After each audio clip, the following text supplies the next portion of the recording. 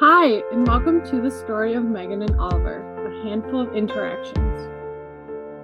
At Washington Kosciuszko Elementary Key Kids, there are generally more white males than white females, and generally the actions differ from student to student when comparing closely monitoring the female to male students.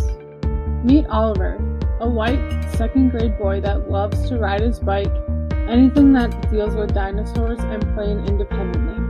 Oliver lives with his mom and dad and has one older brother who is in 6th grade. They live in a smaller house, but a very nice inside, just a few blocks away from the school.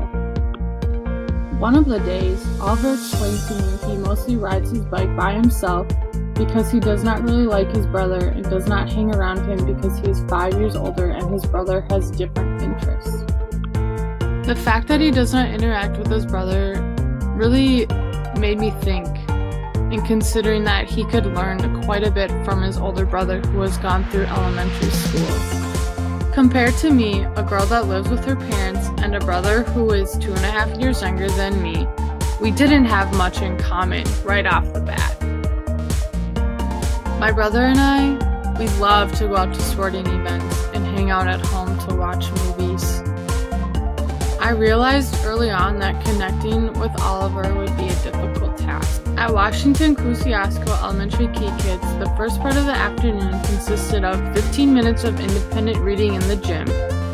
Then we went outside on the playground, and finally we ended with free time in the cafeteria. During this time, Oliver usually spent it with girls who were white and his lone best friend who was a white male. I usually followed along with the games Oliver was playing with the girls.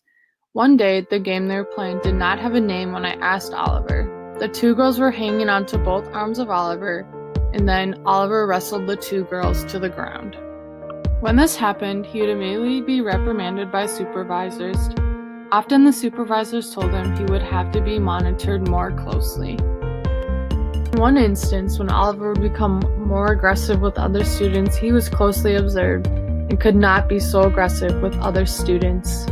And when girls got in the same type of altercation, they were asked to be nicer around one another. The difference in actions could be seen for other students other than Oliver. In the article, Gender Bias from Colonial America to Today's Classroom, the author points out from a few studies that have shown a strong link between male aggression and the male stereotypes, the role boys are expected to play in society.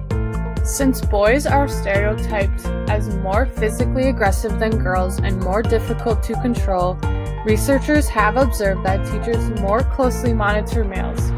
Males were disciplined more harshly, more publicly than females, even when they violated the same rule. While innocent boys are lumped into this category as being over-masculine, they are often targeted in that girls are able to get away with inappropriate and hurtful behavior. Females often become invisible members. This statistically proven information rang true in my connection with Oliver. I realized early on that if I wanted to truly connect with Oliver, I would have to look past his identity of being aggressive that differed from mine and At first, I was also contributing to monitor him closely for being aggressive and quickly reflected and figured out how to avoid this issue. Once I did this, I was able to figure out all Oliver needed was to put his aggressiveness into ideas of what he could do differently.